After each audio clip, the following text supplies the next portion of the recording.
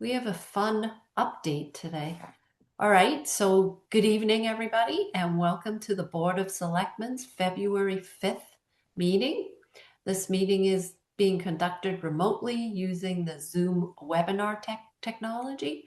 What that means is if you would like to participate in citizens' comments, you will see a little hand at the bottom of your screen. If you press on that, raise your hand. We will know that you want to make some comments and we will give you permission to speak. So before we begin, I am going to take a roll call vote of the Board of Selectmen this evening. Robin Hunter, present. Dave Haviland, present. Hudson, present. And but I'm technologically challenged this evening. I do not see any citizens' comments, but I would like somebody else to confirm that. Well, Judy's speaking next, so she's the only person on that is a citizen. So you Oh, can let her in three. for both. Oh, okay. Judy's coming in. All right. All right.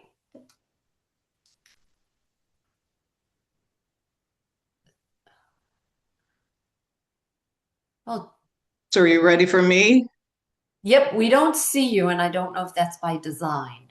I don't know. I have had this issue before for some Okay. reason. But I can share my screen. Okay. So, Judy, why don't you introduce yourself? And I will quickly just say that this segment is Judy Schultz, who is the chair of the Cultural Council, is going to provide us with an update of the Cultural Council's activities and events. And I just want to give you a shout out, Judy. I thought the exhibit over the summer, the Amelia Peabody exhibit, was just phenomenal. Thank you. I went more than once, and what an incredible woman. So just thank you to you and everybody else who made us remember, all that she did for Dover. Just incredible. So thank you. No, it's a story that needs to be told and people need to be reminded because pretty much we all moved here because of some way she influenced the town, whether it's green space, whether it's open space, environmental farms, different things like that, we are also very thankful for. So I'm still trying to share my screen. Can somebody allow me to do that? Oh, there we go. Yep. There we go. And let's see, share. And I need to go. There we go. Perfect. We don't see you, but we see your screen. I know, but where's my little icon here here we go. Where's my little icon? See at the bottom, if you want to do a slideshow, if you go to the bottom and there's a little like square, it looks like a projector actually. I'm not seeing. Oh, wait a minute. It's at the top. It was covered. I found it. Okay. All right. It's in both We are spots. good. Okay. Excellent.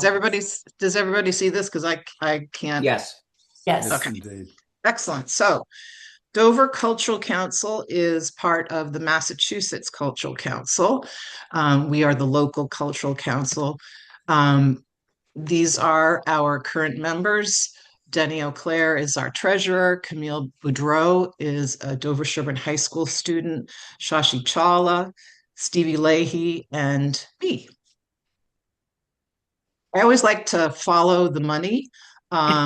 Massachusetts Cultural Council gets about $33 million a year as a budget, and the lion's share of it comes from the state.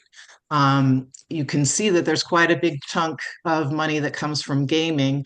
I asked Michael Bobbitt, who was the outgoing president of Mass Cultural Council last year, is there any way to tap into some of the sports betting that's going on? And he said that that's something that has not yet been discussed or enacted, but that would be an additional source of revenue for arts in Massachusetts. And even though we are known as Title Town and all, arts in Massachusetts is a far greater economic engine than any in all sports combined. So things like Handel and Haydn Society, all the different theaters, all the different museums are really important to the people of Massachusetts and really important to the people who come and visit Massachusetts. This is our booth at Dover Days. This is when we get to do our outreach because otherwise we're pretty much anonymous, but we have surveys and stickers and we ask people about what they would like in their community in terms of arts enrichment. These are the grants that we gave in 2024 for the year 2025. I have some pictures as I scroll down, but we gave money for musicians for the Hanukkah party. We gave Project Sarang, which was wonderful performance of South Asian music. We did Chickering Elementary School, If You Plant a Seed, which is a children's picture book. And with that book, many copies were purchased, and it was read to preschools and the Council on Aging and all the different classrooms at Chickering. And the whole concept behind it is if you plant a carrot, you get a carrot. If you plant a cabbage seed, you get a cabbage. But what if you plant a seed of kindness? And it's all about finding acts of kindness in your daily life. So everyone who participated in a reading got a packet of pea seeds to go home and plant in their own gardens or in a pot. We also gave $1,000 to Park and Rec for their first Friday's community arts workshops. That was every first Friday of the month, except for July and September, for a free arts and crafts project to be done. We gave $500 to Ball in the House, which is a wonderful a cappella group that has opened for everyone from Lionel Richie and the Beach Boys to the Jonas Brothers, who came and worked with high school students on musical composition. We gave over $2,000 to Erin Gordon for a Community Voices initiative. This unfortunately didn't happen because of various issues. Unfortunately, Erin lost both of her parents in a very short time period, but it was to interview veterans in town and to record their experiences of being in war or being a veteran and serving their country. And finally, we gave money to the Dover Music Festival, which I think is now its 8th year. When we do our outreach, there's a survey that we hand out to people. And by and large, the community is most interested in community-wide events, things that are multi-generational and open to everyone in the community. So we've been very much trying to give money to these larger projects and larger ways for the community to gather. Here's a picture from the Hanukkah party. This is from the Hometown Weekly with a nice typo in there. I think it's soothing South Indian sounds, but a picture and article that Audrey Anderson did about this performance. Here's an article from Hometown Weekly about planting the seed. So we tend to get nice coverage in Hometown Weekly for these types of programs. Here's the a cappella group that worked with the high school. And then a picture of the Dover Music Festival. So we have just now finished our grant process, and thank you to you all for accepting the money at your last meeting. These are the next grants and the next things that we have to look forward to in Dover in 2026. Project Sarang is returning, this time with more of a focus on India, Nepalese, Bangladesh, and Pakistani dance and music. The Dover Historical Society is going to have a daffodil day to celebrate spring and to plant daffodils in the Salween Triangle and have activities for kids and anyone who's a master gardener, an amateur gardener, a wannabe gardener to enjoy spring and flowers and the Dover Historical Society. We typically give money to Dover Foundation Productions. We don't do it every year, but this year we are supporting Fiddler on the Roof. Grace Fang is a high school student in Dover, and she came up with this idea of having a musical performance. She's part of the Boston Youth Symphony Orchestra and the Boston Conservatory. And she has traveled the world performing, and she has been really struck by how music connects people, whether you speak the same language or whether you are from the same culture. Music is this wonderful way to connect. So with a professor at Berkeley, she hopes, or she's got the money now to bring the Berkeley Global Strings, as well as some of her high school performers, to perform in Dover using Eastern and Western music. So that's very exciting. This is the first time we've had a high school student take on a project like this.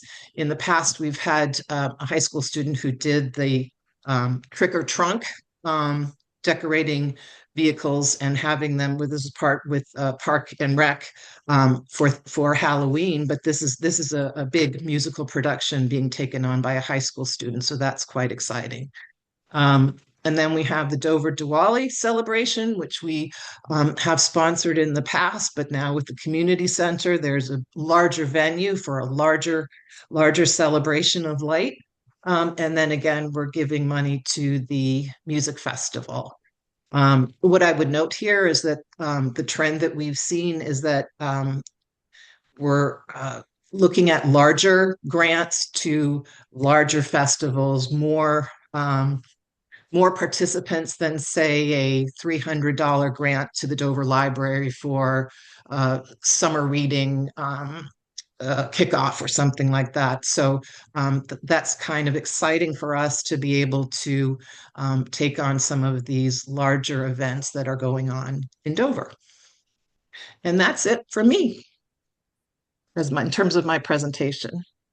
But happy to answer any questions.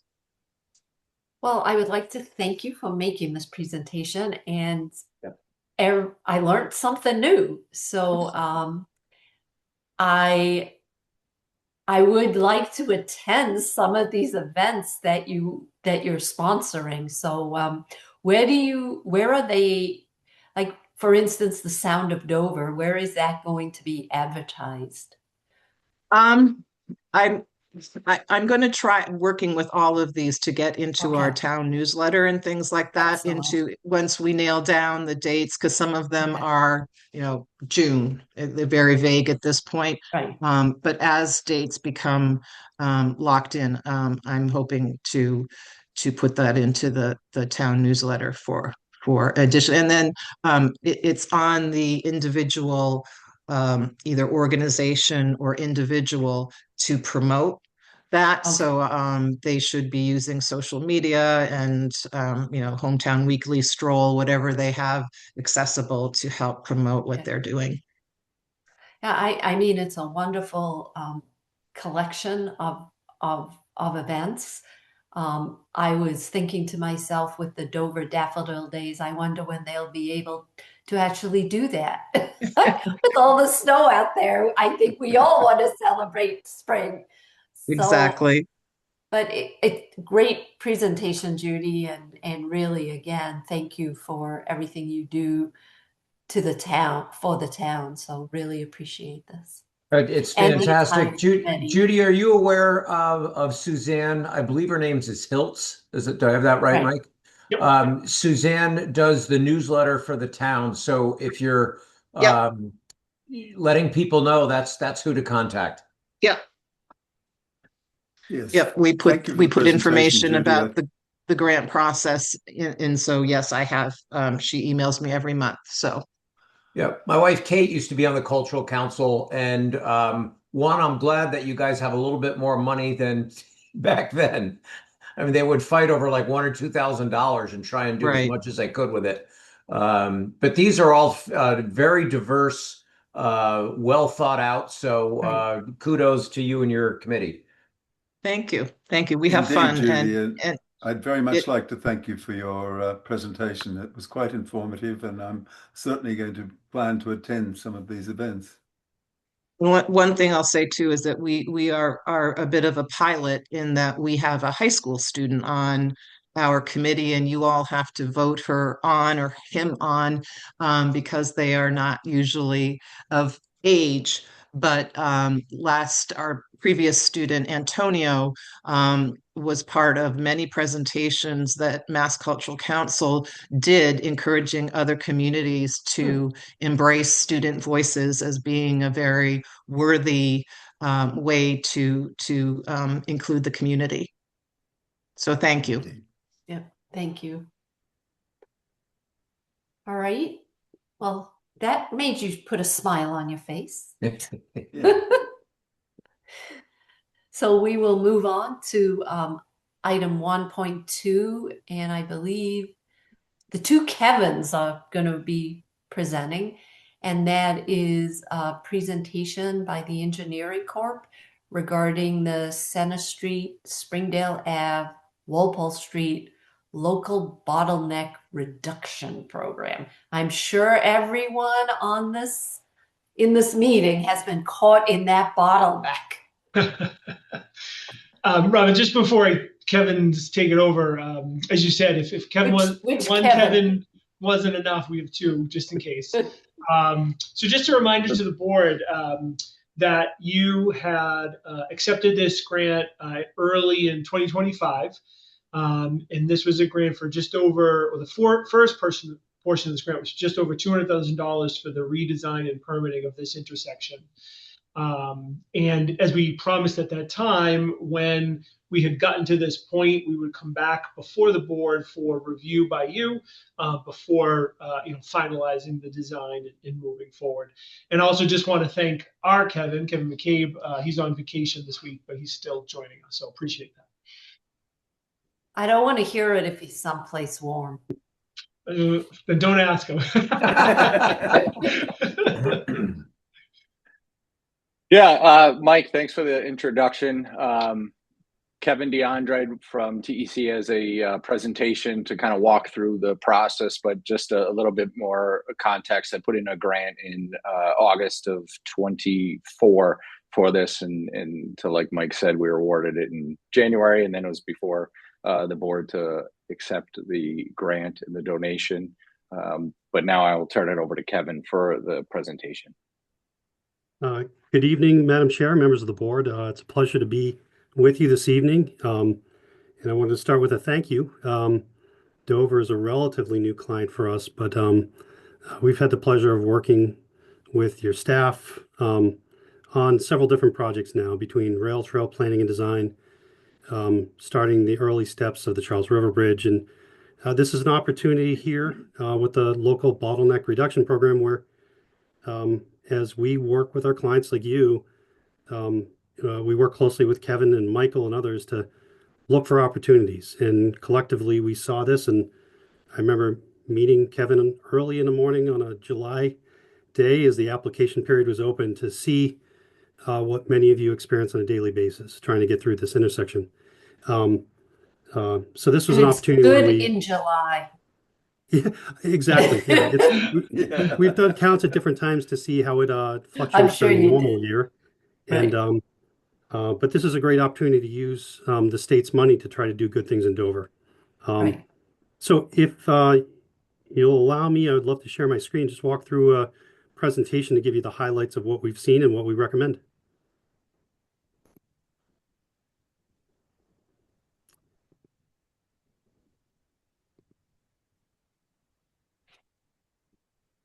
Can you see that okay? Yes. Okay, great. So as far as the program background, we are one of Mass DOT's consultants that works as part of the local bottleneck reduction program. This is a state grant funded program that looks at reducing delays at municipally owned intersections throughout the state. It's a competitive process, and fortunately, Dover was successful in getting one of those as part of what was their second round. We have been assisting the town. We looked at this application, and some good news is that approximately 4 months ago, DOT alerted me and then went public with the fact that they would always cover the design process, our services here tonight even, and up to $500,000 in construction. But as of 4 months ago, they actually increased that to a full million. So this bodes very well for what comes out of this design process for this intersection, that it hopefully will not cost the town anything other than some small enhancements or what the program requires, like paying for police services. This is something where we start with the planning process. We have some sketches that I'll show you briefly to make sure that we can answer any of your questions, to be able to refine conceptual aspects of the project before going to very detailed design. Kevin McCabe and others had a chance to meet with some of the business abutters to the intersection to make sure that they could entertain any thoughts from them about access, signs, parking, etc., so that we can try to respect those things as best we can in what we propose. We're here this evening really to give you an update, but also to seek your endorsement so that we can go forward with Mass DOT, who is paying for all the services for design, to make sure that we can go forward with some collaboration, but with some uniformity in how to proceed with what we hope to see constructed in the field. This is one where the town stays in control. So this is a grant program. So the DOT pays for our time, but we more or less report to Kevin. And it's been a great process. This is one of 6 communities that we've already done work in. A couple have already been through construction. And as I mentioned earlier, the only thing formally that's part of the grant program is that you would be responsible for the police detail services and coordinating with the abutting property owners if there's a need for a right of entry to get onto their property to do some improvements. You know the intersection, this could be a quick slide, but the intersection of Center Street, Springdale Ave, and Walpole Street, which is right in the heart of your town center. As we got engaged in things that you might see every day, but we wanted to at least acknowledge there are very long traffic backups, or what we call queues, on Center Street. It's highly dependent on the commuter flows, northbound in the morning and southbound in the evening. I personally witnessed it in the morning backing up to Pine Street several times. The left turning vehicles, particularly if you're coming southbound and looking to turn onto Walpole Street, if there's a car parked there, or even if there isn't, a single left turning vehicle can sometimes back up cars behind it. If people are acting responsibly, they can slowly navigate around a left turning vehicle going southbound, but there is a considerable volume of traffic that takes that left. The through lanes, if you're going straight through the intersection between Walpole Street and Springdale Ave, because of the different angles of the streets, those through lanes are not perfectly aligned today. So we'd like to make some minor striping changes to consider better aligning or better guiding traffic through. The traffic signals today are on the side of the road, and throughout my entire career, I've looked to enhance certain intersections, but I've also seen the safety benefits of trying to modify what is called a post-mounted design into something that gives better visibility of signal heads over the lanes. In general, the traffic signals, the brains of it, the detection of it needs to be more traffic responsive. There needs to be some updates in the equipment so that it can better detect when cars are there and balance the green times to where the heavier flows are. So I did not realize that the traffic signals could do that. Yes, these days there's a myriad of different options for how to detect vehicles. The older versions of how we would do it is wire loops in the pavement. But then if you have a trench path that goes through for any utility work or whatever it may be, can compromise those. More recently, we do a lot of what are video detection systems. They're not there for monitoring, tracking Right. anything. It's really there for sensing the change in pixels for when there's an approaching car or no cars. The frequency, it can count the vehicles and the approaches. It's very smart technology um, that can be used to enhance that responsiveness for how it bounces around to the different movements. The pedestrian facilities need an upgrade. So currently the intersection is not compliant with the Americans with Disabilities Act or the Architectural Access Board of Massachusetts requirements. So the ADA or AAB, just with the style of the ramps, where they're located, the lack of tactile warning strips, which are for visually impaired persons. So as we look to do this, DOT understands that as we look at the signals, we can't be, you know, blinded to other needs at the intersection. So as we look to do an enhancement, we're required to make some of these other upgrades, which brings the town into better compliance, at least at this intersection, moving forward. And then one other thing that we saw at different times is that there's the crosswalk that goes between the townhouse and the new community center. That is an area between parked cars. Sometimes there are backups that can cross that. And it's only a mere 100 feet away from the highly controlled signalized intersection. So that is one that has some safety challenges today that we'd like to address and bring them to a more appropriate facility at the signal. Just a few photos. The first in the upper left is just showing some of the alignment challenges, east to west.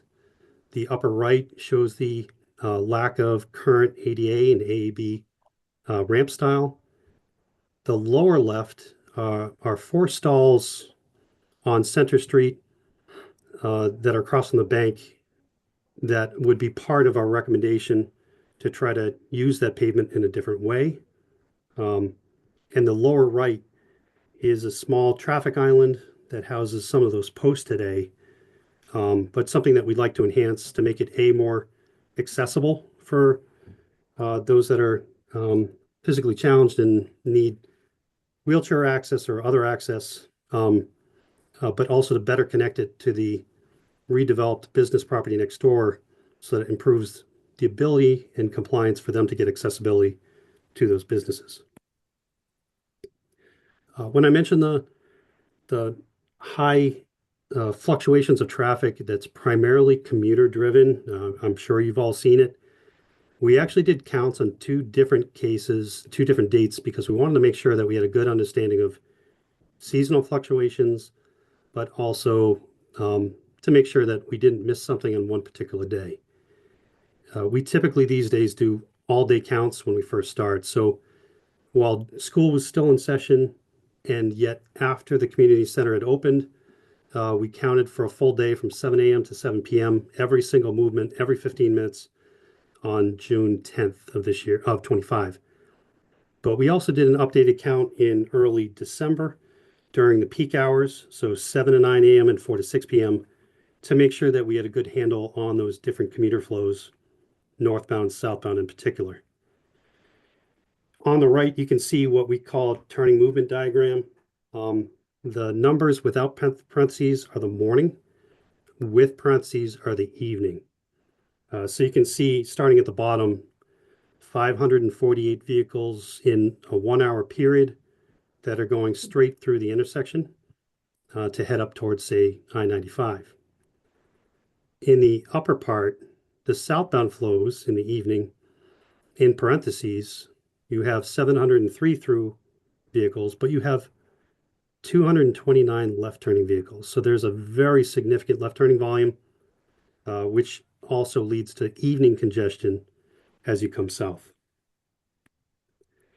Some of the recommendations that we're looking to put in place, this is a graphic. We had prepared a traffic memorandum, our team, dated January 7th, that outlines when we did the data, what we saw for crash history, which thankfully was not severe, but it's something that can obviously always be improved, and the graphic that tells the story of what we'd like to do with improvements at the intersection. I don't expect to read all these. I think you might have a copy of the exhibits already, and if not, we can provide them. But in general terms, I'll just walk around the intersection real quick. In the upper left, with the soon-to-be or recently occupied commercial business here in the bank, looking to do some ramp enhancements, reconstruct the island so that it has appropriate grades to access the new signals, better striping just to designate what is actually there today, where it's actually an exit-only driveway. There's a do not enter sign that exists here today. We just want to make it a little bit more obvious with appropriate striping, a stop line, and a stop sign, so that nobody's influenced. And we've heard reports of the alleged movements of people trying to cut the corner and essentially bypass the intersection on a rare occasion. So we want to make sure that it's more highly identifiable. On each corner, it's really just constructing enough curb line, reconstruction of sidewalk to make sure that we can tie into the existing and make it compliant. Down near the community center, this was a great suggestion that was put in front of us earlier in the concept process, which, as we try to better align some of these lanes and the tapers for the flow of traffic that comes from Springdale onto Walpole, we would have had to have gotten rid of all the spaces here. There was a suggestion that we did investigate, and as part of this plan, to do just a minor pull-out area here, so the sidewalk would bend around two new fully accessible ADA stalls right near the new community center. That's off and outside the influence of traffic, with areas to get in and out of the vehicles. And it just happens to fit within two existing utility poles, so we don't have to replace any of those large spans and utility poles themselves. In this area that's masked out is where we would recommend removing the existing crosswalk, just because of how the parking stalls and the influences of queued traffic creates a dangerous situation. So we would encourage, with the brand new signal, to make sure that we can bring those pedestrians up to the intersection to cross in a safer area. Also part of the plan, knowing that today all the signals are post mounted on the very edge of the road. The stats have shown us over many years that it is a degraded safety situation that can be enhanced if the signals were placed on mast arms, or the arms that come out over the lanes, to be directly in line with the lanes. It has a way of, in some reports, improving the crash history by as much as 49%. In the area on the lower left, this is where there are 4 on-street stalls today. They do have a restriction today that nobody's supposed to be parking there during the busy commuter hours. But we would recommend that this would become a change in the lane use, so that the through lane could be appropriately lined with Center Street on the other side, and create a pocket for that very heavy left turn for those that go from Center Street onto Walpole Street. This is, obviously talking about sidewalks and signals, but with the type of changes that we would do, we would probably have new conduits under the road. And with that in mind, and the changes in striping, we would look to do pavement resurfacing for pretty much everything that you see that's in color, so that it would look like a fully improved intersection with new pavement, new striping, new signs, and new signals.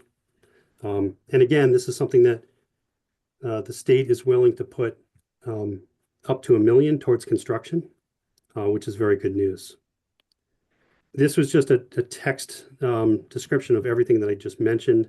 The only thing I'll focus on right now is, depending on the type of traffic signal equipment, more of the aesthetic portion of what I'll talk about shortly, it might add some costs. It might be slightly over $1 million, but I know that Kevin's been working with you on a budget standpoint to plan for a potential town portion of funding, that we can always talk through the design process to see if that's something that's attractive to the town.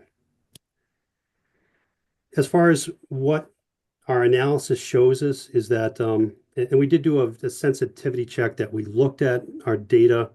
We worked with our vendor, because the first traditional results indicated that it was operating just hunky-dory, and that there were moderate delays. But we knew from our own field observations that that was not the case. So we did a deeper dive on exactly how traffic is working and operating at this intersection specifically, gaps between cars and things like that. Even when we did our revised analysis that showed more realistic results, and then we looked at what we're looking to do for the improvements, we're looking at something that would result in a 20% improvement or 27% reduction in delays on Center Street northbound during the morning, but as much as a 60% benefit in the evening by putting in that new left turn pocket and some of the other signal efficiencies. So even though we're not adding lanes, technically we're not widening out for new lanes, except for that little parking area. The change in technology, the change in lane use with striping, has a way of improving things on your busiest road, Center Street, by anywhere from 27 to 60% in those peak periods. I just wanted to mention something about the benefit of the visibility of those signals. And just to provide a couple visual examples of other very recent projects that we've worked on, where there was older technology or older, I'll call it uglier traffic signal equipment.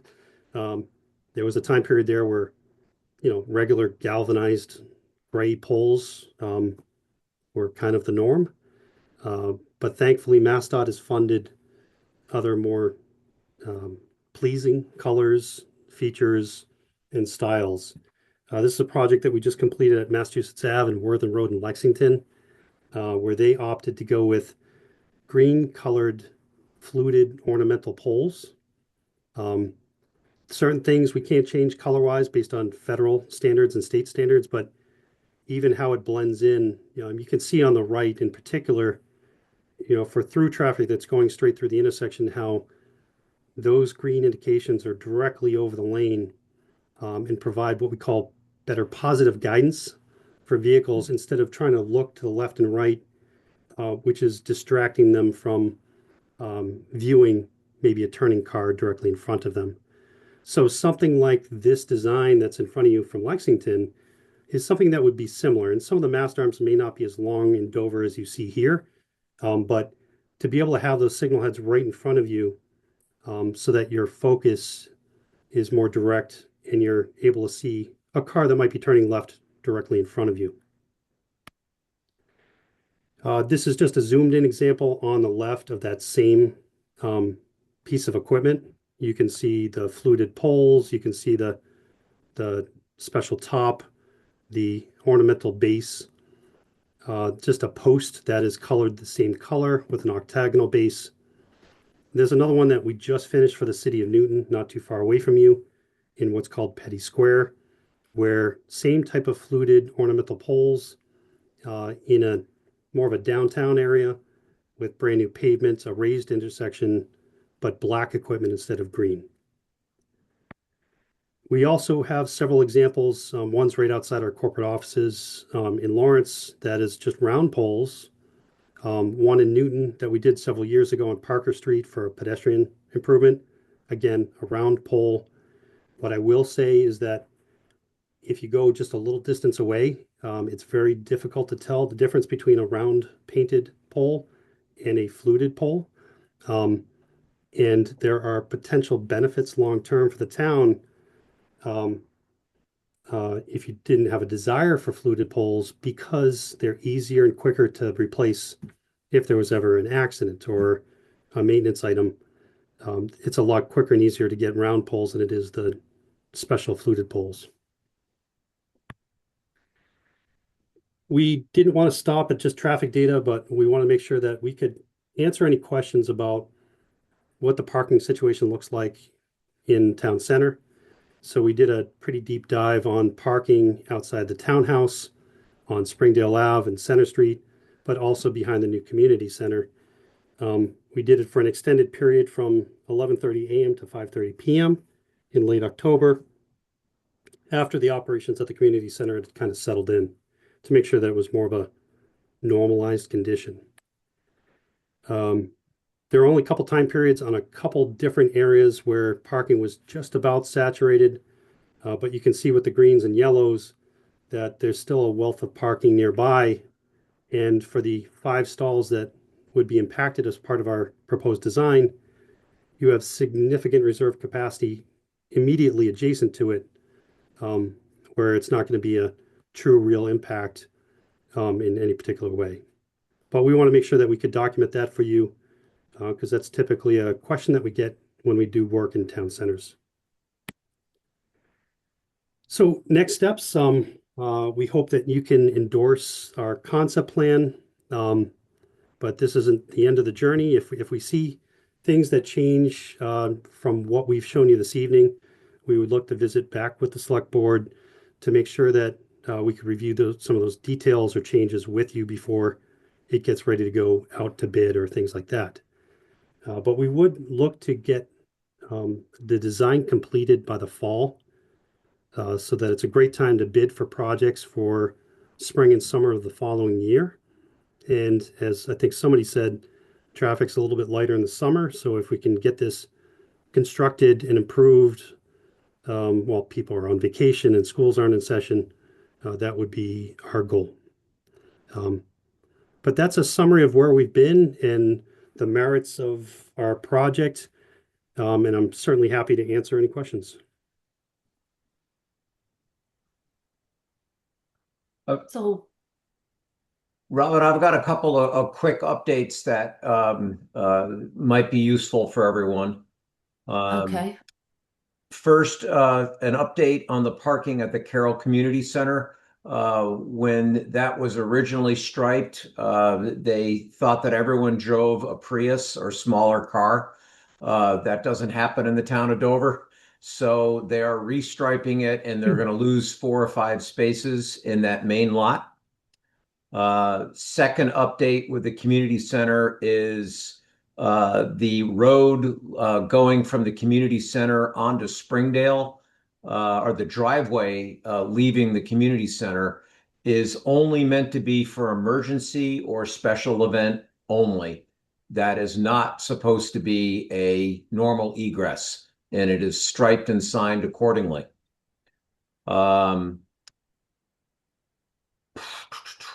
Let's see. On your new proposed handicap accessible parking spaces in front of the Carroll Community Center, I don't know if it makes a hill bean's worth of difference, but there's not 1 but 2 sets of water pipes underneath there. So something to keep in if you're digging down. Oh, and then parking, the issue that we have with parking is more on peak basis. If there's an event at the townhouse, if there's an event at the Carroll Community Center, at the Charles River School, Dover Days is all of 1 day a year, but it's the oh, and I haven't even mentioned a possible future rail trail and parking in the center of town to access it. So I think parking is more of a premium. Just wanted to make you aware of that. And I do have one more, and that is it's a biggie, and that Dover is a one light town, and we're going to go from having rather quaint and unnoticeable light poles to turning into, I don't care how you paint them, I don't care what you're saying, you're now going to have massive lights on 4 poles reaching across the intersection.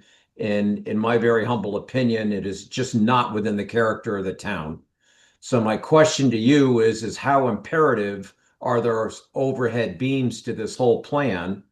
Because the main reason you cited was accident reduction, and I don't want to jinx us here, but you open your report by saying that the accident incidence is low for that intersection. So if that's the reason we're doing it, then I have to scratch my head. But how important are those overhead beam lights? Because we would get extreme pushback unless I miss my guess. What I can tell you is that I have not designed a post-mounted intersection in probably 20 years. And that as a designer, I probably would not design a continued state of having a post-mounted situation um, uh, for capacity and safety, because the visibility of the heads on the side does lead to a lack of driver attention to where they're looking and when they're um, proceeding. You know, part of that is just operator influences, but I can tell you that it's a considerable aspect of um, state of the art for efficiency and safety. And some of those things are very much intermingled, but I can tell you that I worked in several communities that were apprehensive to do things like this, Wayland and Lexington and others that um, uh, changes to the intersection and trying to mitigate things. And I think you said it well that it's still a lot of steel that might be in front of you that is a change from today. But my hope is that it's something that we can all be proud of that tries to blend in as best as we can aesthetically, but will be a very robust capacity and safety enhancement. So I feel very strongly about it. Kevin, could Oh, I just unfortunately, I feel equally strongly against, but Well, I feel perhaps a little bit contrary to Dave. I sort of understand the concern about how it fits into the sort of current town environment, but I really do buy into Kevin's suggestion about visibility and safety and throughput. I mean, at the moment, it's fairly difficult to get through that intersection. And a lot of it, in my opinion, has to do not just with heavy traffic, but the the difficulty of flowing traffic through the intersection, and the lights play an important part of that. So I'm not quite as skeptical as you are on that, Dave. Right. So what? Kevin, I think it's a character of the town issue. And I don't think that we ought to just gloss over it tonight and proceed. So, change is hard, but at the same time, we also have to acknowledge that um, things have changed for safety reasons. And when Kevin first said that they were recommending overhangs, I was thinking, wow, this is going to be really hard for Dover to embrace. However, looking at what you did in Lexington, and I actually know that intersection, it blended in much better than what I was expecting. However, I also know that Parker Street intersection, and that is just plug ugly. I don't, those poles are just horrible. So I understand Dave's concerns, but I am one of those people that need to turn onto Walpole Street, and I have been backed up and afraid that I'm gonna get hit, because if there is a car parked, you feel pressure to turn because you're backing up traffic and the person behind you is trying to get around you. And to Dave's point, people do drive big cars or those going through the intersection. So from a safety perspective, I really do understand this recommendation. Um, I, however, I do expect people in town to complain, but I would like to just talk a little bit to the police chief and understand the how these overhangs improve safety. You know, certainly the technology I think would help a lot because my understanding is it has some machine learning built into it. So it would measure the backup and maybe allow the light to be green longer during those peak periods. I do think, unfortunately, I'm a little concerned about the parking. Again, it's not every day, but it is during those peak periods. And maybe we need to think about how we would direct people to park in different lots. Like, for instance, during Dover days, if you could make people aware that perhaps the post office parking lot is available to park in, then maybe they wouldn't be parking all the way down Center Street and Dedham Street. Yeah, and what I can do too is, I guess, attest. I think it was Mr. Haviland that mentioned about the change in striping in the parking lot. That I do believe that less is more, as you contemplate more appropriate widths of striped stalls back there. I think you're going to find that it gets better utilized and you have more parking in real terms. Because, my staff and myself, we've witnessed where cars back there will park like every other stall because it's super tight in the cases where, based on the existing striping. So if you gave a little bit more space to each one, and a standard width is 9 feet, those are shy of that.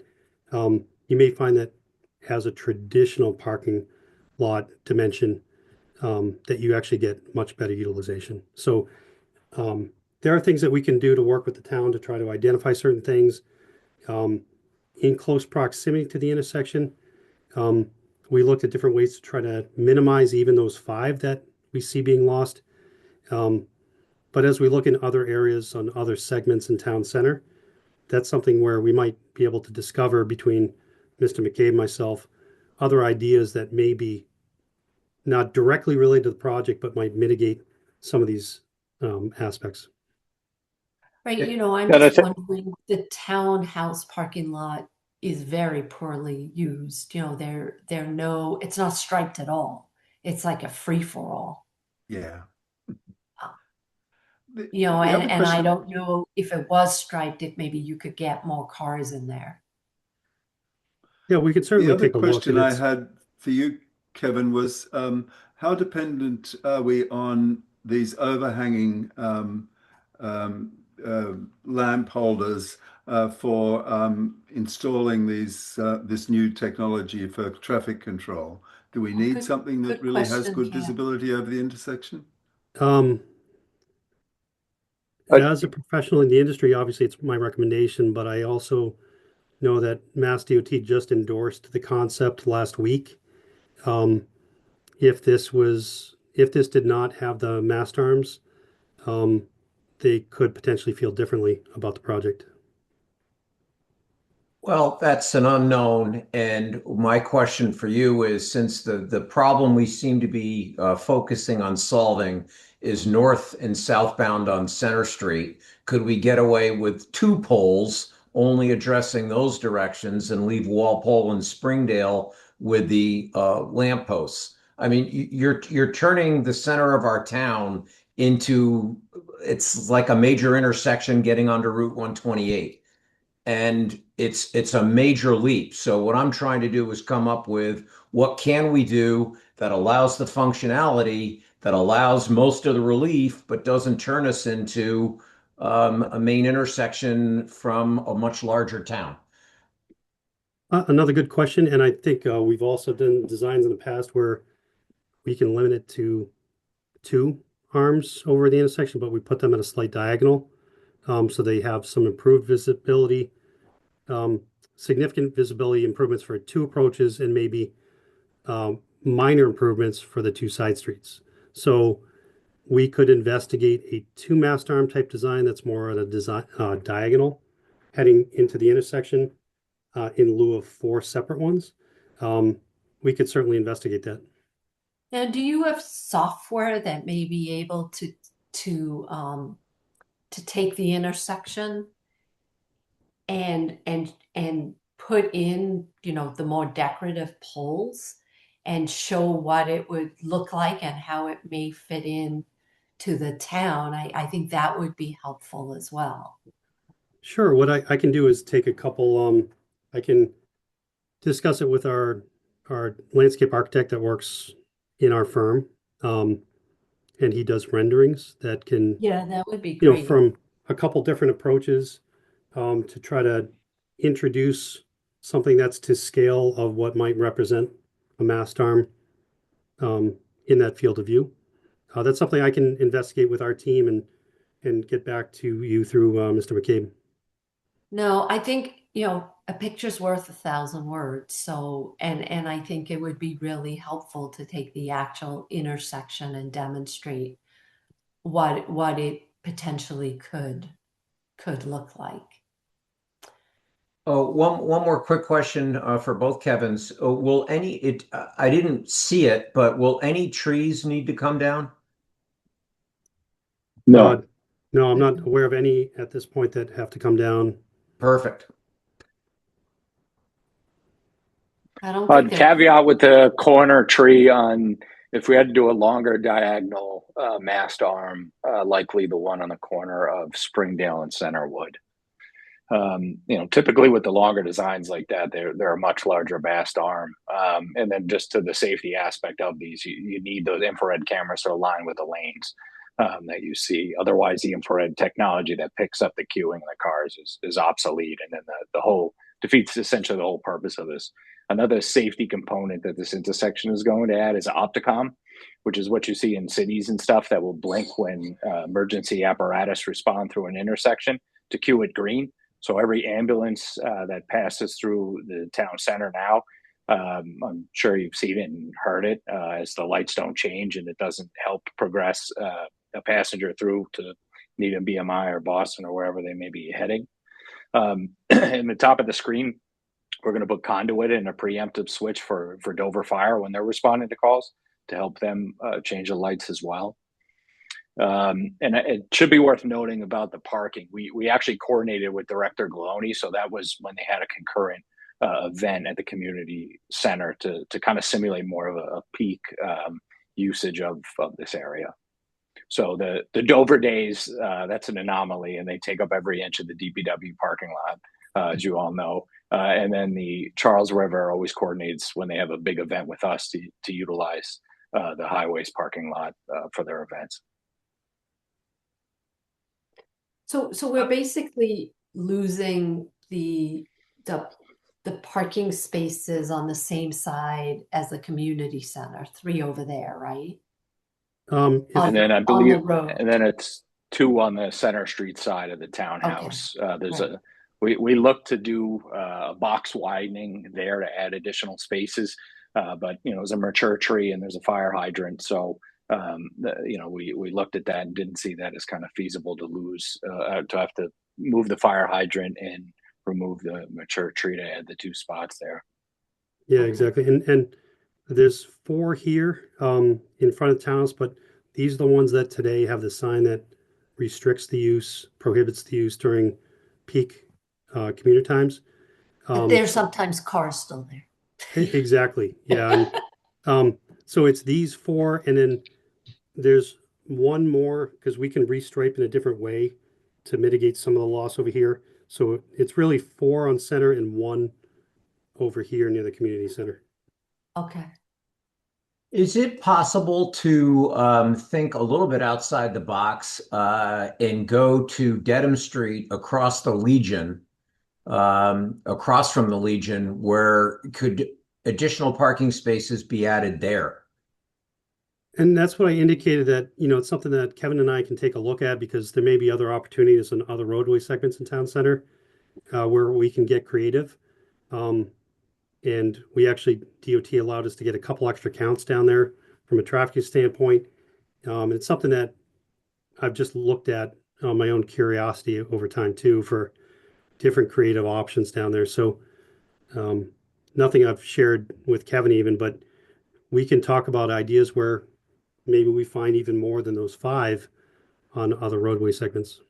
Because you did pick one up by removing that crosswalk between the townhouse and the community center. You are Uh, correct. Yep. and I'm pausing on whether or not that's a good idea because we're going to have a lot of families and little kids that are going to want to go back and forth. And to not have a crosswalk there makes me pause. So, I mean, for one parking space, I would rather go to the other side of the townhouse and put in, let's say, 5 there on, I think that's Dedham Street, and or whatever road the Legion is on, and also that little connecting street between Dunkin' Donuts and the Dover Market. Could some parking be put there? I'm just trying to think outside the box and brainstorm. Because again, from a safety standpoint, for one parking space, that makes me pause.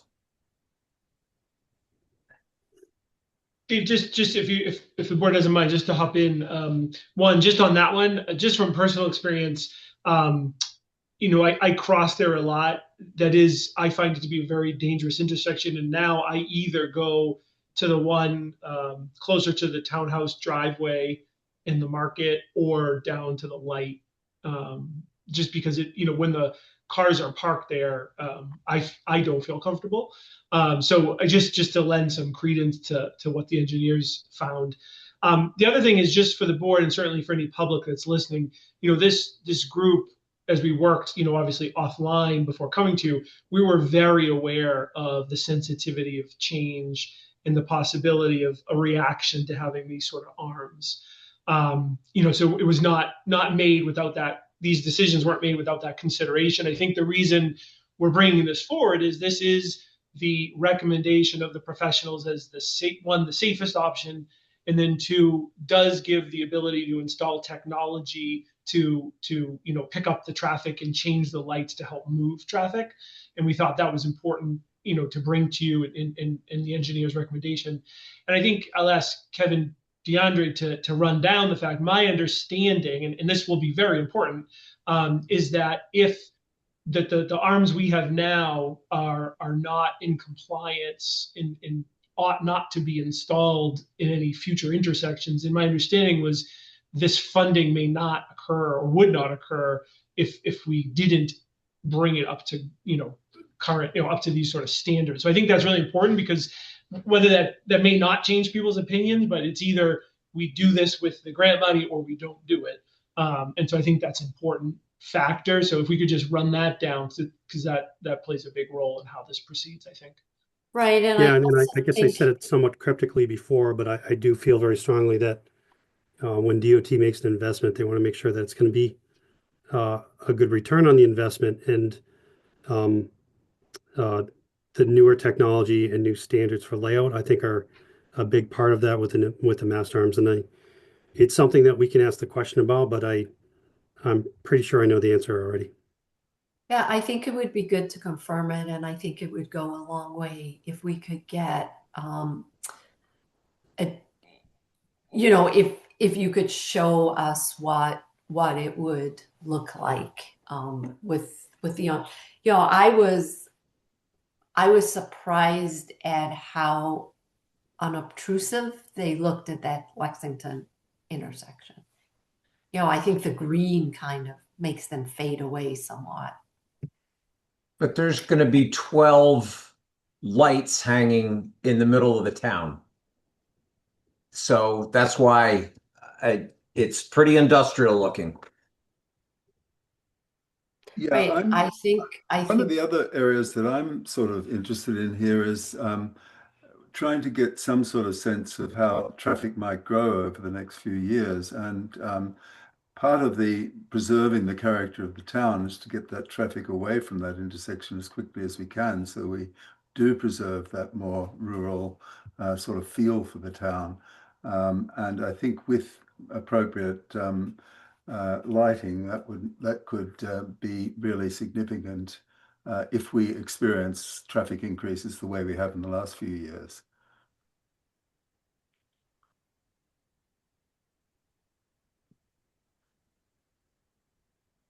Yeah, I mean, I think this is one of those cases where we're balancing safety with aesthetics. And so we Right. need to really understand the decision that that we're making. I mean, that truly is a bottleneck in town. And I think for me personally, it would be extremely helpful to see what it might look like in a rendering. Sure. I'm Um, with you there, Is there a Robin. particular angle that you are interested in, where I could focus our efforts to something that is a vantage point that you feel is, you know, a more so, important? so I think, you're gonna see, are you gonna see six lights overhanging when you come up Center Street? Is that what you're gonna see? Three on each side? So you're gonna Yeah, but only three would be pointing towards that direction of traffic. So three would be illuminated um, uh, in a particular direction. In fact, in this layout, may not be that clear, but Center Street northbound, so going from right to left, there are only two. That's the requirement. They have to be spaced out by at least 8 feet, and those are more or less centered over the lane. Because of the different lane controls, signal controls for the left turn pocket, that's why we have a third one on this approach. Um, One's for the left turn lane, and the other two are for the through. Um, we could potentially reduce the Walpole Street one from three to two. Um, but likewise, because we have a separate left turn pocket on Springdale, that's why these are requiring three. But we might be able to reduce this by one vehicle signal head. And then great. each pole or each end of a crosswalk would have a pedestrian signal head that has very specific requirements. In this upper left, we would actually have both of those pedestrian signal controls on the pole of the mast arm. But because of the layout of the ADA ramps, we could have one on this pole and then a short 8 foot pedestal post, similar to one of those side photos I showed you here. In each case, we try to be very careful about not introducing more than we need to.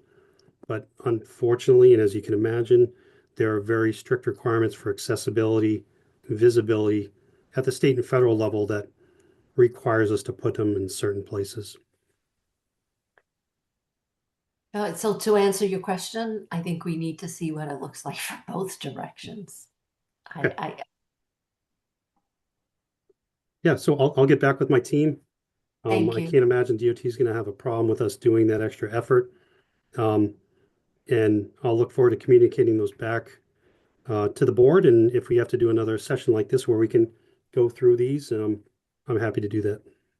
Thank you. No, I think that would be Thank you. really helpful, and I think it would be good just to get confirmation of whether or not the grant would still be available if we didn't use this technology. That would be Exactly. And that's really why I'm here this evening, because I want to make sure that we can keep you informed regularly right. of what the aspects of the project are, but also to make sure that as you know, we try to be good stewards of our clients' money, that we can do it in a stepped way that has people on board before we go to the next stage of design, which is more expensive, more detailed, but to make sure that we've got um, that level of buy-in from your board. Much appreciated. Thank you very much, Kevin. I Well, thank wonder you if we very could much. get I a copy appreciate of the your presentation as well, Kevin. well, thank you very much for your time, and I look forward. And if you have other follow-up questions, please communicate those with Michael and Kevin, and I'm sure they'll share those with us, and we'll get some answers right back to you. I'm Great. not Sounds sure good. whether you Thank heard you. my question there. If it would be possible for us to get a copy of this presentation? Oh, absolutely. So it's in the packet, but it doesn't look as good. Um, oh, was it really? Oh, Yeah, it I was. I Oh, got so focused on the large 195 page document, I didn't go through the packet very thoroughly, Well, obviously. I think pieces of the presentation were there. I don't think Okay, so that's those fine. slides Okay. as is, but yeah, we The can get it so graphics that are it's much better in the presentation then. Yeah, happy to provide a copy of this and a PDF copy of the full concept if you want to zoom in on a. Yeah, that would be wonderful. Thank you very much. Excellent.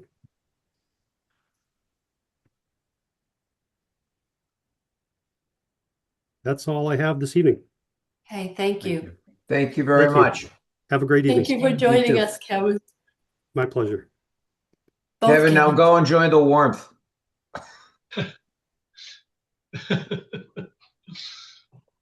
All right, so moving right along, item 1.3. So is Anna here? Yes, Anna's coming in. There's Anna. Hi, everybody. Okay, How are you? good. Doing well. So tonight this is to approve and accept the expenditure of the Commonwealth of Massachusetts Vulnerability Preparedness Grant. Most of us know that as the MVP grant for $100,000 to conduct a climate action plan and resilience seed project. And with us this evening is the chair of the Sustainability Committee, Anna Nagy, who actually is responsible or did much of the heavy lifting in getting this grant. And I understand you sent it in at 11:59. So with 1 minute to spare, you must It like was the very last thorough minute. things, Anna. So first of all, thank you for your commitment and helping us get the grant. And so this evening, it's part of our process. We have to vote to accept the grant, but maybe you could just share with us a little bit about, how the committee plans to utilize it, because it comes in two tranches. So Yep. one is for the climate action plan, and I know that doesn't cover the full cost of the plan, but then you have this resilience seed project, and I'm not quite sure how that works. Yeah. So the MD, so also thanks to Patricia Hudson, who worked on this as well, and the whole sustainability committee. Everyone's been thinking about this, trying to get a sense of if we wanted to do it, giving opinions. So I'll be announcing it at our meeting upcoming, but I know everyone's going to be super excited. The MVP 2.0 program is a planning grant that lets us build this climate action plan. They've got a very structured process. If you saw in the contract, there's reporting requirements we'll have to do to say how we're doing in this this planning effort. We hire a vendor. We work with the community. We identify the goals, the infrastructure, the issues in town related to climate resilience. So flooding, fires, culverts, whatever the deal is, cooling centers, all sorts of stuff. This process is structured to take about 11 months. And in that process, we are tasked with identifying a seed project, which is done with the second half of the funds, to work on something that the community decided was important. They don't give a ton of examples, and honestly, I'm not sure what we'll want to do. That's sort of the point of the planning grant. But the concept behind the seed project is get everyone excited, get the community excited about doing more things in climate resilience. A particularly great incentive here is once we've completed the planning project, we can apply for action grants from the state, which come out of the MVP program for efforts that were identified by the plan or are related to the plan to further improve Dover's infrastructure related to climate resilience. So it's kind of the start of a whole avenue of things we can do. I've got the slide that goes through the timeline if anyone wants it. I can send that around as well, just the state's program. So That so would be so the interesting. bottom line is the critical path here is to put out an RFP Yep. to find vendors then select a vendor and then begin working on the climate action plan. And as part of the climate action plan, there will be a portion of that will be dedicated to community involvement. And through that community involvement, a decision will be made as to how best to use the seed money.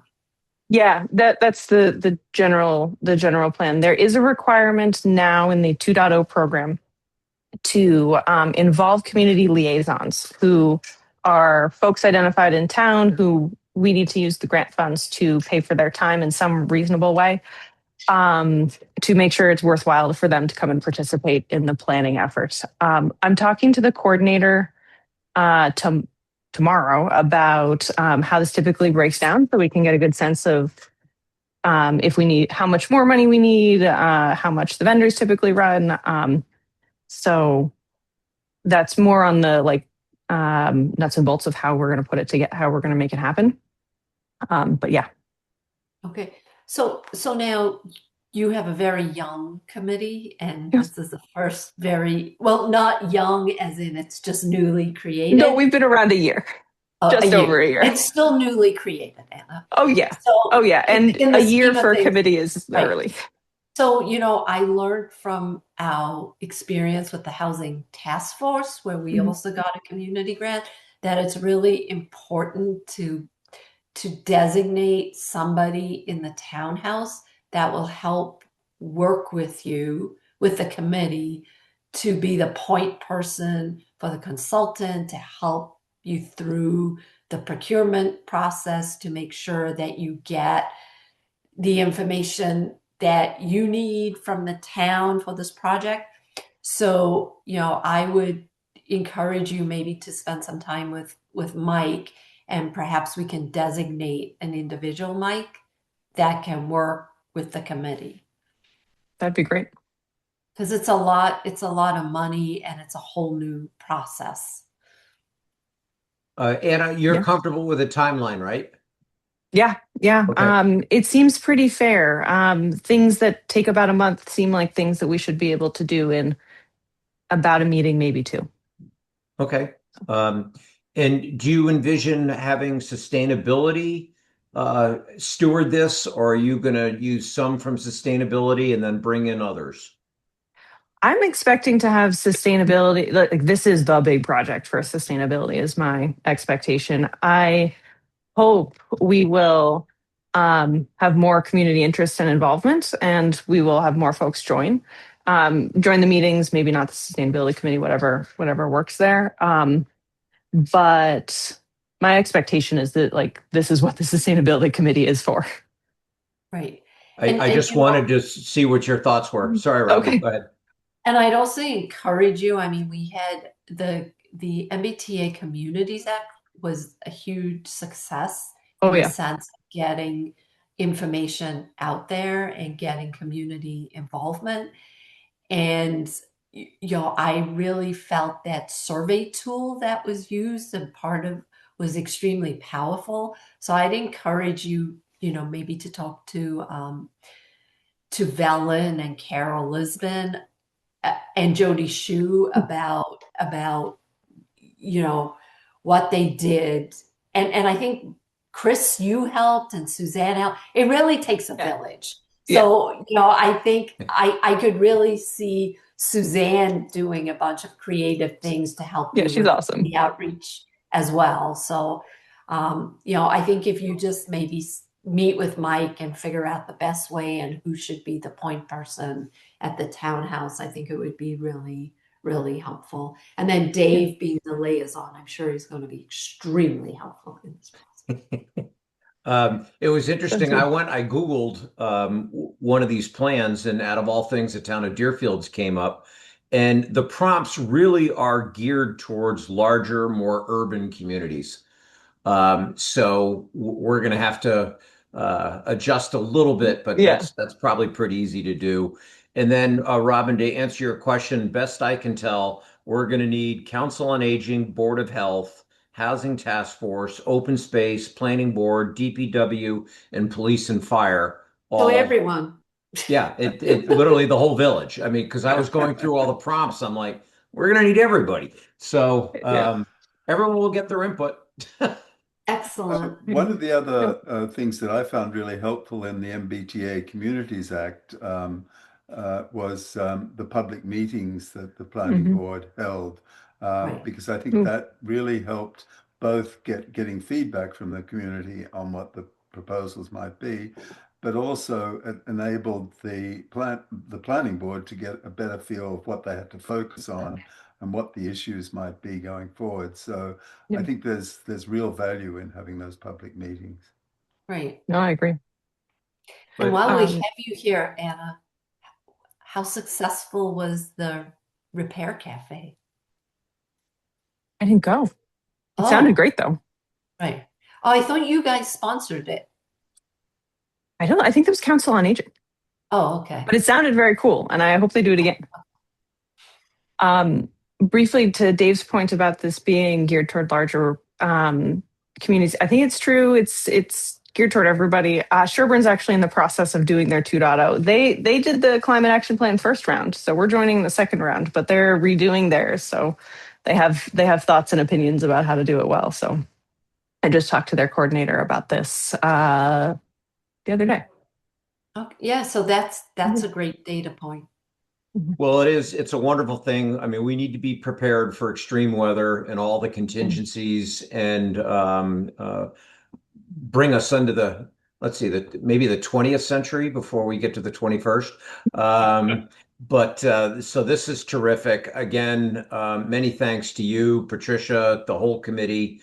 It's very exciting because the other opportunities on the other side of this with more grants. And it's exactly what we told town meeting. It's like you can cut There's a lot off the there. spigot or you can expand the pipes. So this is great. So, Dave, would you like to make the motion?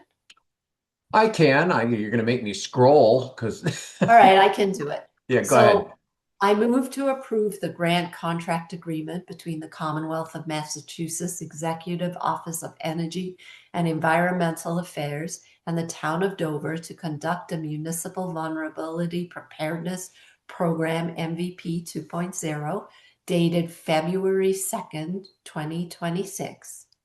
Approval of the agreement is contingent upon town council's approval and updating the contract to add the town administrator as the contract manager. Well said. Second. All in favor? Aye, Robin Hunter. Hi, Dave Haviland. Hi, Cam Hudson. Thank you very much, Anna, and we look forward to Yeah. watching this this project start and the final climate action plan. Yeah. Thank you. We're really excited. Thank you. Great. Well, have a great night. You too. She's gone already. It's dinner time. All right. And the next item is 1.4, and that is it's a regular agenda item, and it's update on town meeting, the budget calendar, deadlines, all the fun stuff. Yeah, all the fun stuff. So, as Ron said, this is a standing item. It feels longer, but we just met last week and did a review of our preliminary budget presentation. But I think, the board's aware. I think it's good for the public here also. I mean, since then, I think Chris has made daily alterations to the budget. So, when we say it's preliminary, we really mean it. We've already had some changes in reductions in capital. The schools have been working through their budget process. So that will continue to refine that and determine the best point to do a second updated presentation of the overall budget. The warrant committee will begin their departmental reviews next week on the 9th. So I believe it's the 9th and then the 23rd and 25th, I think, are Right. the dates they'll be reviewing departmental budgets. Departments are preparing for those. The warrant committee had developed template presentations for each department so that, at a minimum, every department's, sharing similar information. Some departments are going well beyond what was the minimum requested, but I think at least there'll be a baseline level of information that's presented. And as we talked about before, this is new, hasn't been done in I think quite a number of years, but I think it's a great thing. And I think it'll be a good experience for departments to have to present and talk more about their departments, what they do, and why it's important for the warrant committee to be educated. And all these are on YouTube, so it's a great opportunity for the public at any point to watch and learn as well, as they hopefully prepare for town meeting. Also, I'd like to give a shout out to Chris and Suzanne and the warrant committee on really spending time streamlining not only what the Blue Book looks like, but the whole Blue Book process. And when Chris and I were going over the many iterations of the budget this week, he showed me the templates that they've set up to really help the warrant committee and encourage liaisons to write what goes into the book. And there's an approval process for it. So it's a template with the warrant article provided by legal counsel and then recommendations. And it's a template, which I think will really help it. So this way, everything doesn't fall on the chair of the warrant committee, and you're starting the process immediately. So you can have different warrant articles signed off on really early on in the process. Yeah. And just to pile on the thanks, Chris and Suzanne also worked on a warrant article tracker. So there's a way for the warrant committee to keep up to date. Suzanne can keep it updated so that everyone at any time can look and see where things stand on each of the articles. So again, between both of those things, open hearing being earlier this year, I just think we're going to be in a really awesome spot to produce a real high quality Blue Book without all that last minute panic and rush that we often run into, which will be great. Right. And we're also, we should get budget 2.0 from the schools, and we are expecting a significant decrease in the budget from the budget that was presented to us. We also, I believe, by the end of this week, we'll have the final increase from West Suburban, maybe the end of this week or next week. And then Chris and Molly, the town accountant, met with the actuaries today so that we have a better sense on the supplemental funding that we need to do. And we'll also get a summary of what we have sitting in our trust accounts. So I think, we're making a lot of progress. There are a ton of balls in the air, and hopefully by our next meeting, we'll be able to present a new budget with all of the information that we have collected in the interim. But we're making a lot of progress, and I hope Molly feels this way. It's a great way. She came in at the worst time, but the best time, because it's just a way for her to really be forced to understand where we stand, what all the accounts are, what we need to look at. And we can't forget all the work Joanne's doing as well. So. That's right. I might add a couple of comments. First, on the Capital Budget Committee is really getting underway now. Excuse me, Kim, do you mind turning your volume up just a touch? I'm having a hard time hearing you. Oh, are you? So what am I doing wrong here? Let me have a quick look at my... It's just so soft-spoken. Dave he sounds like a DJ. That's probably the nicest way it's ever been put, but thank you. No, you do, Dave. You carry your voice. Well, I'm sorry. Is that better if I... It is. Thank you. I just wanted to say that the capital budget is now committee is starting to get really engaged in trying to evaluate the various capital proposals. And there's a big one again from the schools, the rooftop replacement project at the regional school. That is sort of somewhat up in the air given Sherborne's financial challenges as well. So that's a big unknown at the moment, whether Sherborne will actually approve funding for their part of that. So that might have a big relieving impact on us in some sort of weird way. If we might be able to spread out capital expenditures a little bit more that way. The other thing, I attended the warrant committee meeting last night, and there was a really interesting discussion, and I think this is perhaps of interest to you, Kevin and Chris, on key performance indicators, which is a new sort of questionnaire that they're sending out to the various departments, committees, and commissions to get those committees to start thinking seriously about what are the things that they're trying to optimize for in these budgets. And there was a discussion there relating to how do these sort of things roll up into the town, because individual departments don't drive the key performance indicators of the town. And there was a suggestion that maybe these things need to really be run through you, Mike, to get a sense of how they all fit together as part of what the town is trying to accomplish. So I think you might hear some more about that from the warrant committee over the next couple of weeks as well. When any news on the Collins Center study? Is that imminent or distant? That's something I'm continuing to work on with the Collins Center. Admittedly, it is a little bit behind schedule compared to what we intended to do.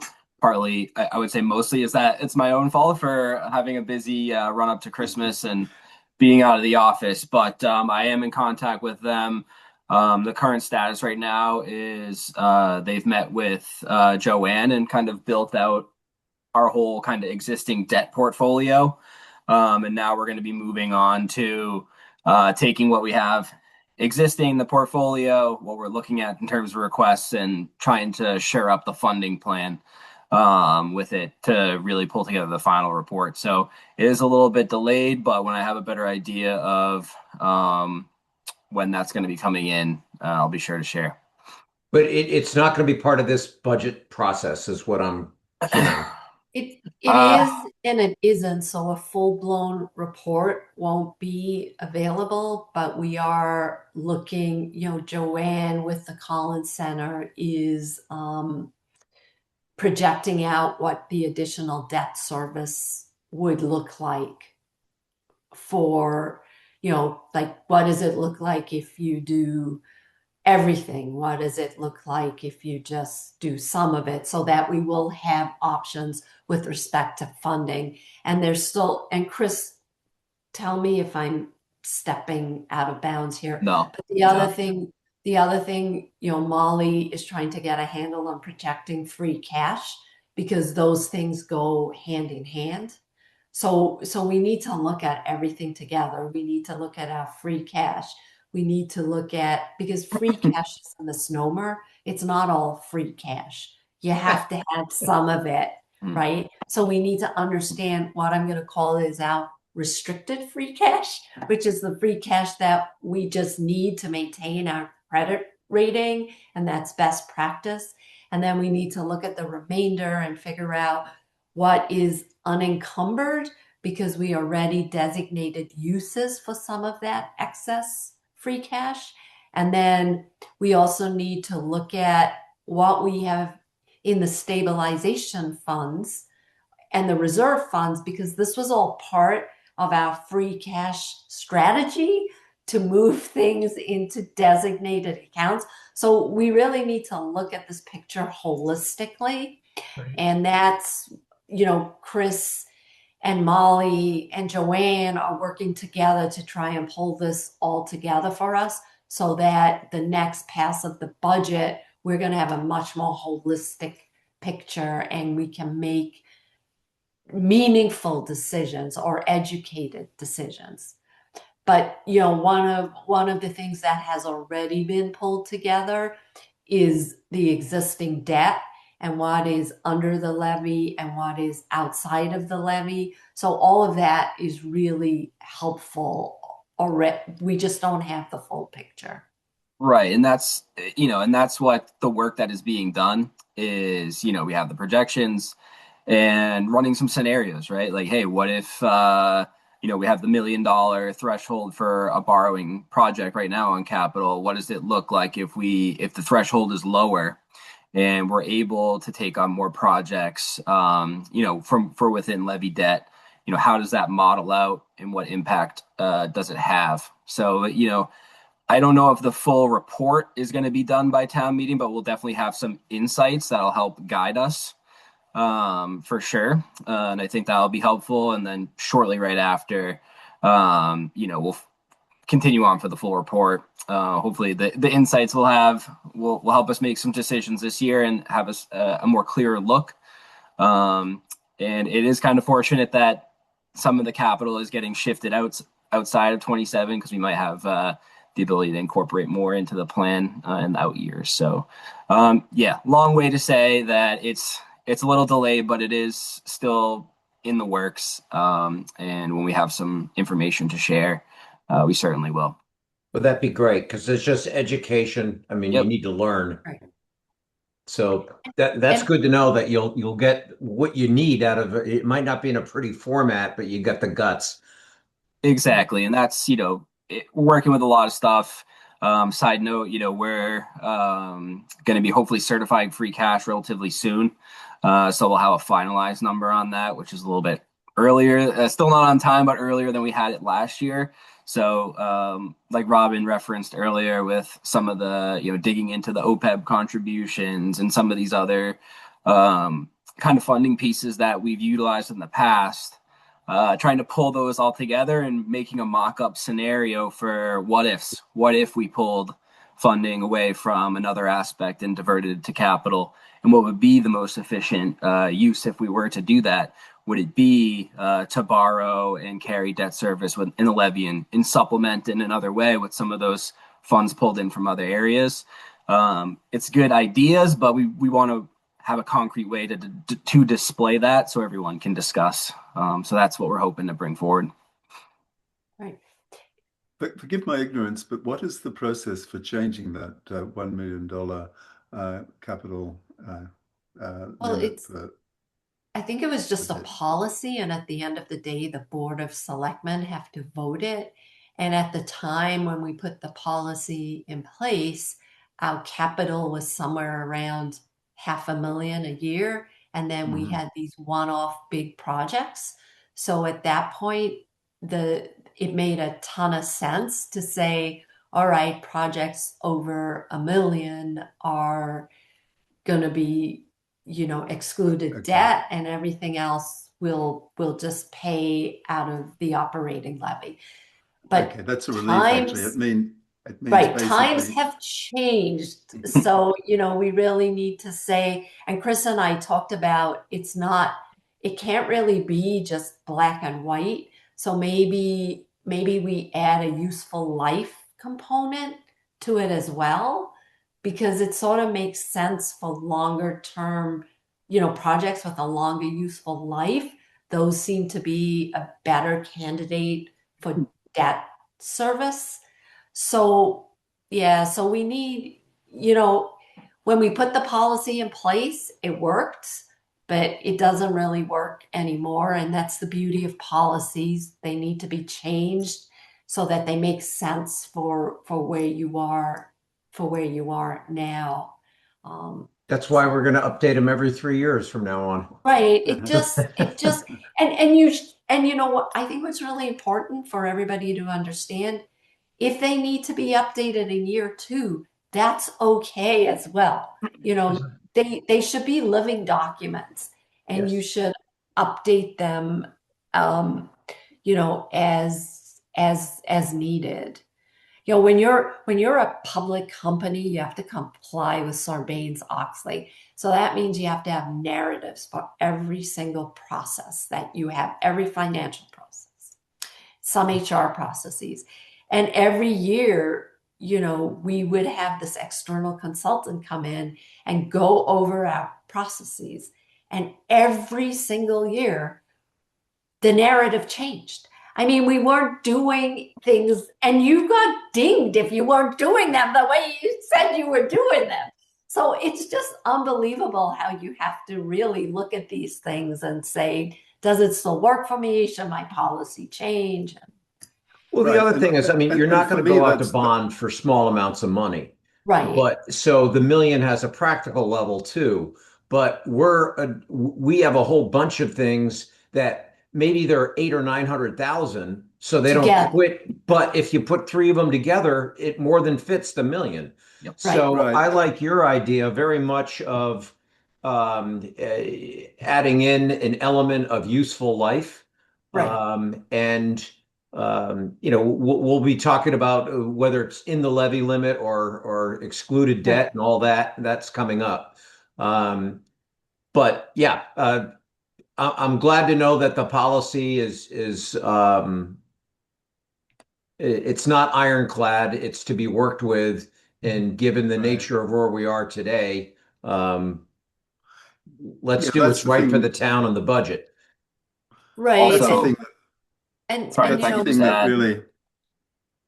Sorry, that's the thing that really is useful for me to know that it's a policy that we can change if we decide that it's no longer, the old one's no longer appropriate, and that we don't have to go through some bureaucratic process to accomplish that. So that's really was the purpose of my question. Right. And Raised I all think that it's discussion. right. And I think it's important that the staff let us know when policies don't work for them. The other thing that the Collins Center is looking into, which is there are communities now that lease their police cars. It's like a fraction of the annual cost. So that's something they're also going to look into for us and present a proposal. yeah. And if I just add one kind of final thought is that although it's disappointing that we're behind schedule on this and we don't have the full report in our hand now, we are, whatever solutions are identified, it's not just for next year's budget. We are looking at this 5-year chunk. So we'll have a ton more insights, hopefully maybe not have everything solved, but at least have a really good pathway forward in terms of funding all the requests we have in front of us for the next, 4 or 5 years. Right. And that's a really important point, Chris. We're creating a roadmap for the future, and we've identified that we never want to be in the position we're in today again. So we're going to make sure that we have, that we have a framework that we follow that will ensure that this never happens again. Mm-hmm. Well, I've lived here long enough. That's not the first time we've heard this said. So, Well, one of the frustrating aspects of all of this is that we are really trying to allocate reserves to have the funds to pay for these capital items over time, but we're sort of in this bind of not being able to do that anywhere near as quickly as we'd like to, simply because we've just got so many capital items that are hitting us. We can't do it all at once.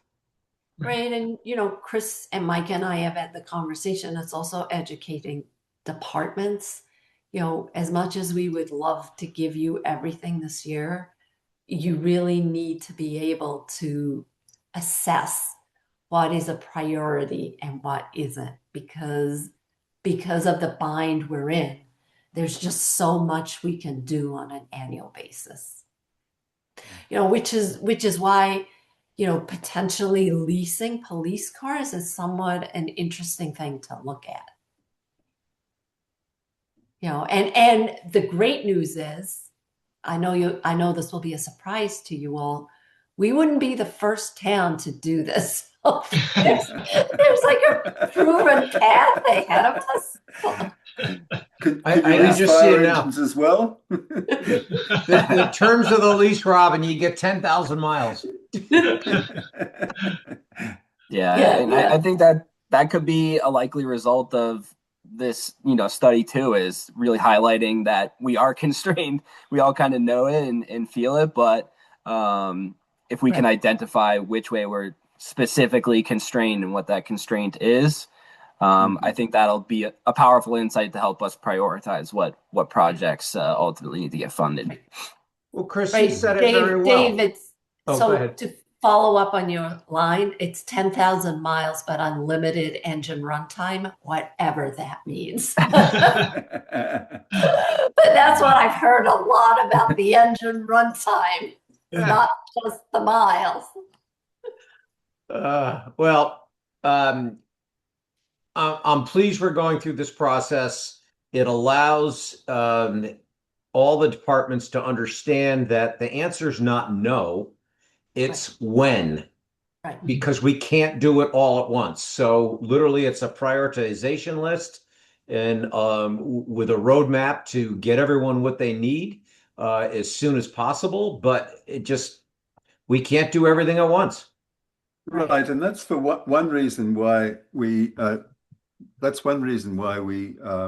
in the Capital Budget Committee are trying to convince departments to look at their own priorities, because they can prioritize these things much better than we as sort of independent observers can. At the moment, we're not having great success there. So, Mike, you might want to encourage people to do that as well.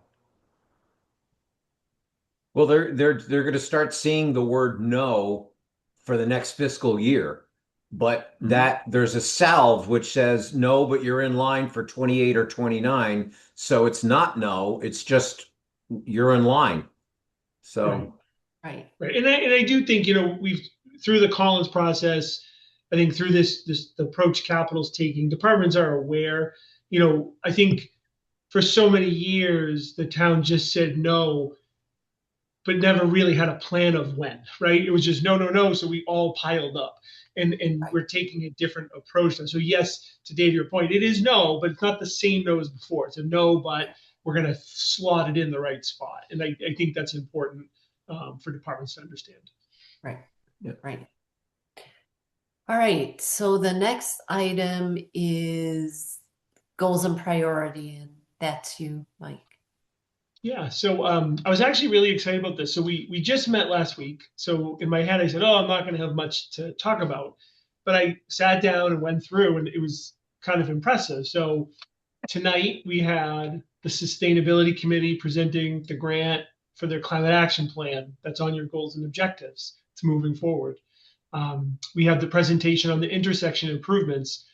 Reviewing and supporting that effort was on your goals and objectives. I know I won't steal anyone's thunder, but I'll just mention, I know Dave will talk about the 3 to 5 committee and his resurrection of that group. Cam will talk about pedestrian safety working group, but again, both have met since our last meeting. Same is true for our housing task force. A rail trail working group, again, all on your goals and objectives. Also, the personnel board is in the process of reviewing a draft compensation and classification plan. That's been a multi-month effort working with a consultant. I think the board is well aware that's been undergoing, and once it goes through the pass of the personnel board, that will be before you to look at as well. But that's been a lot of work, so that also is coming to fruition. And then the last thing I had, and I'll share my screen. I know the board had a chance to look at this, but I just wanted to show off. If it works, is the website up? No, it's not up. Oh, here it is. There it is. Okay. So this, thanks to Chris and Suzanne for their work. This is the newly redesigned Town of Dover website. Personally, I love the seasonal appropriate photo, and I talked to Chris. We're going to make sure we rotate it through the seasons. And thanks to the police department for the drone shot.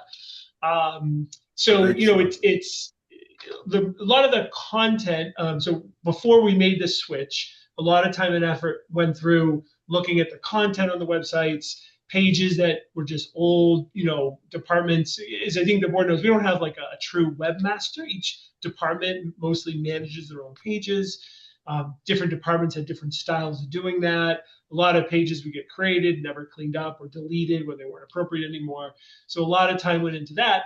And then this nice refresh and redesign in terms of where the information is, popular links that can be updated as we find out what are people actually searching for and clicking on, so we can make it even more accessible for people.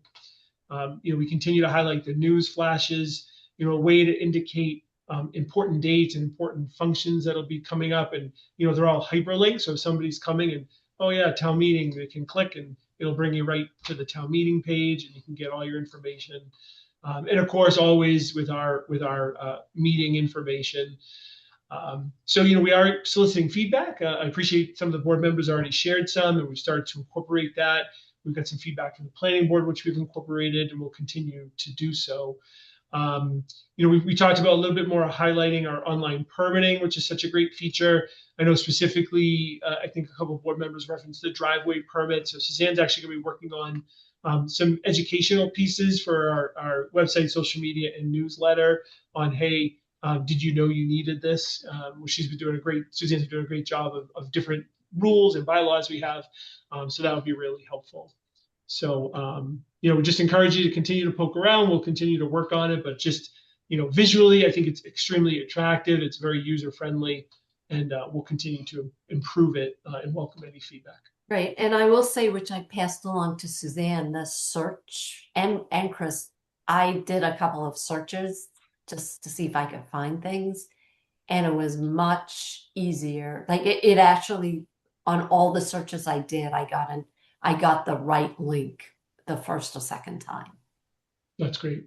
Yeah. It's funny there, Robin. I did the same search for this, the technical memorandum that the Engineering Corp produced, and that didn't come up at all. So it's still a little bit iffy as to what appears and what doesn't, but it's certainly a significant improvement. Oh, I And think you it's let great. Suzanne know, because So, it really helps her if you can kind of tell her, because then she's able to fix No, I was things. planning on doing that. I just Yep. looked at that this evening. So I do have one comment on the search feature. Is actually in our other Collins Center project with the comprehensive communications plan from when I first got on, we had some extra project hours left over. So Brianna, the woman that helped us with our plan, she's a Civic Plus website pro.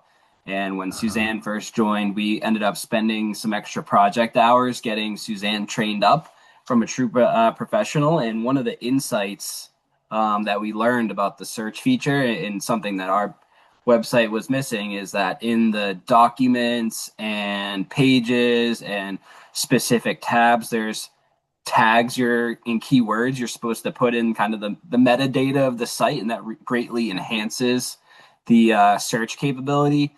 It's unfortunately something that really wasn't a strategy used when we first got this website. So we're really trying to go through, the 800 so pages and just trying to populate keywords when we have time. So hopefully the search function improves from that, but that really, everyone was kind of looking for answers on the search capability, and it looks like that was a big component as to why it might have not been operating to some people's desire. Right. that's actually a perfect explanation. That'll do it.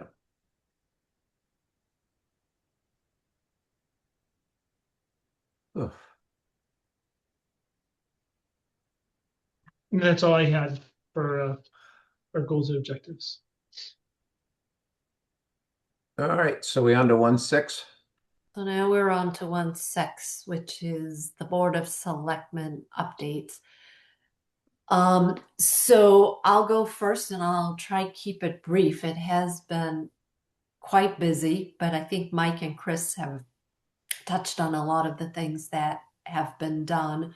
So as Mike mentioned, we did have the Housing Task Force meeting. Our consultant, the Barra Group, is working with us to put together the goal of coming up with different options for housing, for types of housing in the town of Dover. We actually set up what would you call it? Like a community portal, which you can access from the town's website, which reminds people what the housing plan mission is, the housing task force mission is, and then everything that we do will get updated on this portal. So we are starting to roll out community engagement. So we will put together the community engagement plan, and it will be added onto the portal, which can be accessed through the town website. So that is, I think at the end of the day, we are going, the goal of the committee is to really to provide the town with a toolbox so that we will have options when developers come to the town regarding large parcels of land. Because right now we don't have a multi-family development, a multi-unit bylaw in place. It's 40B or single family homes. So, the goal is to have a toolbox, and we're vetting different kinds of options that are potentially available to us and how those relate to affordable housing, because that is a Massachusetts mandate to have 10% of our housing deemed affordable. So, I'm really pleased with how that is moving along. We also took something off of Mike's plate, and Melissa volunteered to be the point person, which we think makes a whole lot of sense for this project, because there's certain aspects of the work that's going to come out of this housing task force plan that belong also in the master plan. So Melissa can ensure that we're getting some of those things as well, so that we don't pay for it again in the master plan. So so I'm pleased with how that's moving along. Mike, do you have anything to add there? No, I think you hit it all. I think it's moving along very well, and Right. I think the public process would be really great. Yeah, so we're really looking forward to that. I did attend the planning board meeting again. Those are running like clockwork. They're getting through a lot of site plan reviews very quickly. One troubling item did come up. There was a site plan review in where an applicant actually came back because after completing a project, they had an additional use for the second floor of this garage structure. So their many citizens attended this meeting, and one of the things that came up was whether or not applicants are truthful in their initial applications, and how the Board of Selectmen is going to make sure of this. And so the planning board is going to meet with legal counsel, but really it's not the role of the Board of Selectmen or the planning board to adjudicate the validity of an application. We assume and should assume that applications are made with full representation, and unless we find out after the fact that didn't happen, there's really nothing we should do, and it's really unfair to citizens to accuse them of maybe not being truthful. So we are going to meet, the planning board will meet with town council and figure out, exactly what can be done. Because and I believe that 99.9% of all applications are truthfully and properly completed. And so I just think there's a lot of things that have happened in the past, and we really need to focus on the future and make sure that we have processes in place that if permits are violated, there's remedy, there's a road for remedy, but it's certainly not part of the application process. Robin, I forget, is there an affidavit that someone signs when they make an application that says, to the best of my knowledge, this is truthful and as accurate as we can I make it? don't know, and that's why we're gonna have, we need, my assumption is when you fill out an application, that's what you're doing, right? So we need to, we need to talk to legal counsel about that. Right. I mean, obviously, it's not our purview to, how Right. are we going to validate anything more than the planning board is going to? I mean, that's silly, but Right. And the planning board only has so much, it's very difficult. There's a framework that they have to follow. And, Mhm. like for instance, you build a house and then you decide to put on an addition, you're entitled to make that decision. So if you have an unfinished attic and then you want to use finish it, you're entitled to do that. It so how can you say no? So I think we need to make sure that we understand legally what we can do, and then that applicants and neighbors understand what the planning board is actually able to do and not to do. I think in some cases it's more risky to deny something if you don't really have a basis. Well, again, I think based on my layperson's knowledge, about all you can do is get them to sign an affidavit that this is accurate. And as you point out, they have the absolute right to change it. Right. We all So have the right to change our minds. yeah. Right. All right. Well, that's interesting. You want me to quickly go? You all set? Yeah, and that's all I have. So there's nothing more I can say about Anna's efforts on sustainability. That so her efforts have already been before us tonight. So the Phoenix Committee, 3 to 5. We finally met. It's going again. We had a very positive meeting where the good work of the previous committee was shared with the new committee, and we have asked that Mike go out to some consultants to find out if our budget is still realistic from the 7,500 from the 2022 town meeting. And we are working on questions to ask the consultant and other information that we're going to need to move forward. Kate Canny passed the torch by giving us some very, very practical try to avoids.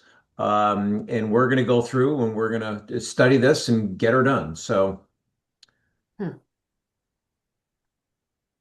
that's it. And that's all I have. Just two meetings this. Okay. All I can say is bravo.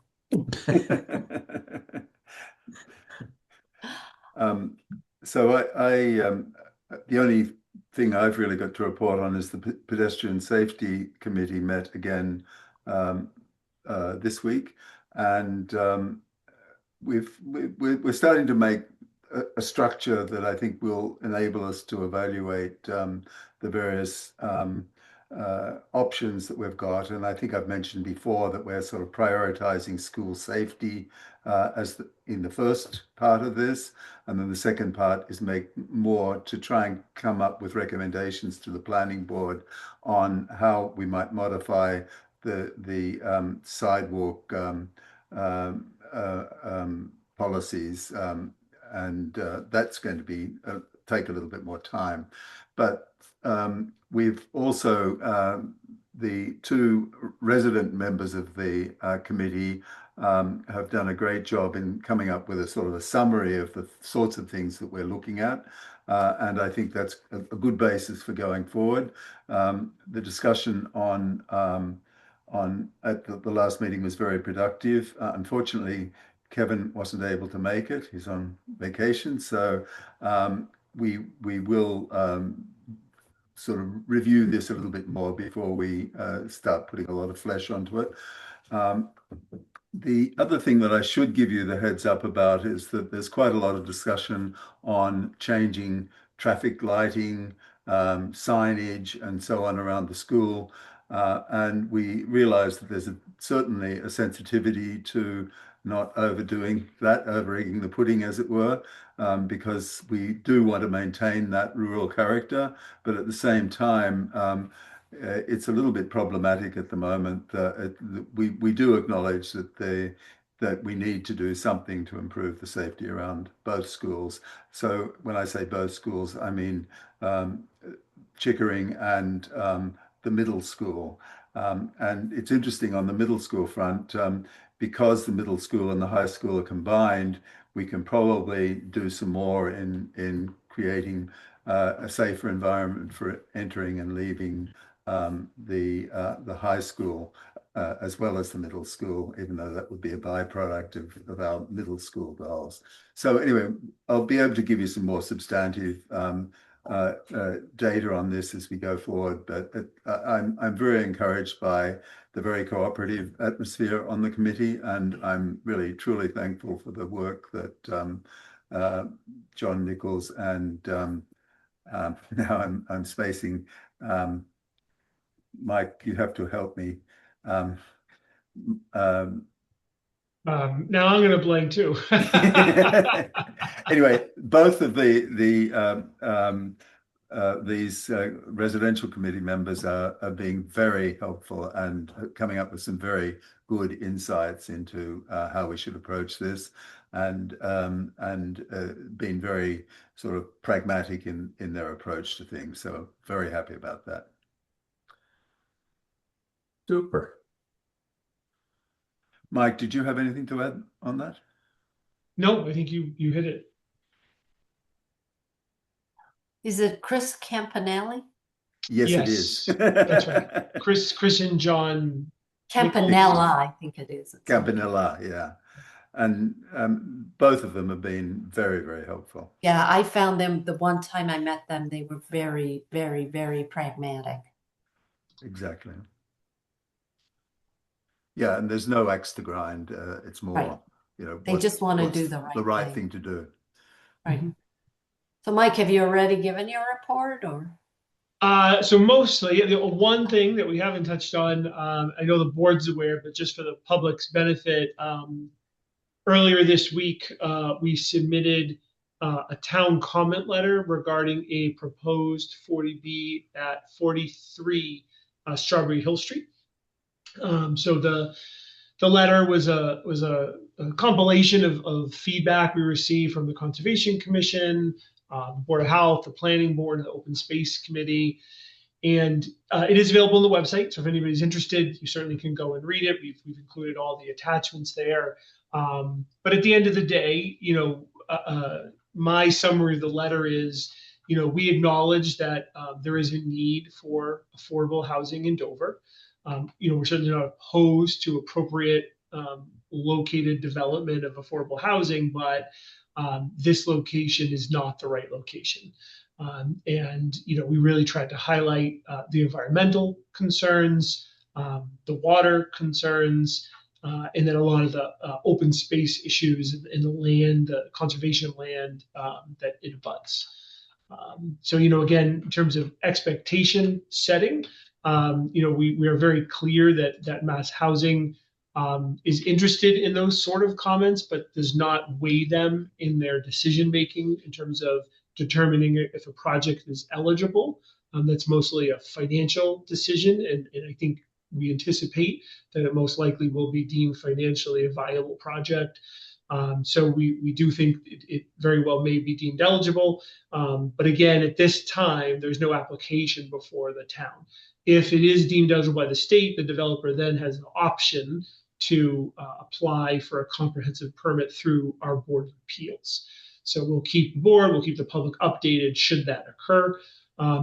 the one question that's come up is when do we find out what the state decides? And there is no timeline outlined. They don't have we had a certain number of days to comment, but they don't have a certain number of days to make their decision. So we don't know is the easy answer in case you do get those inquiries. But again, we'll continue to update the website and share any information we receive.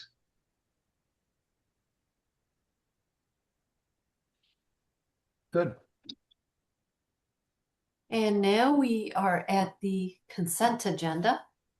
And very disappointing, there are no one-day liquor licenses, but we do have a very important item to approve in-person early voting for all 2026 elections.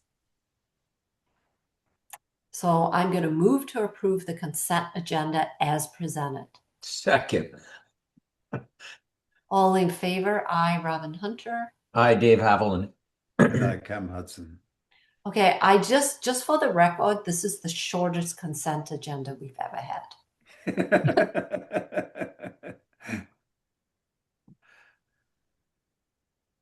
And I don't even think Mona's going to harass us to sign anything.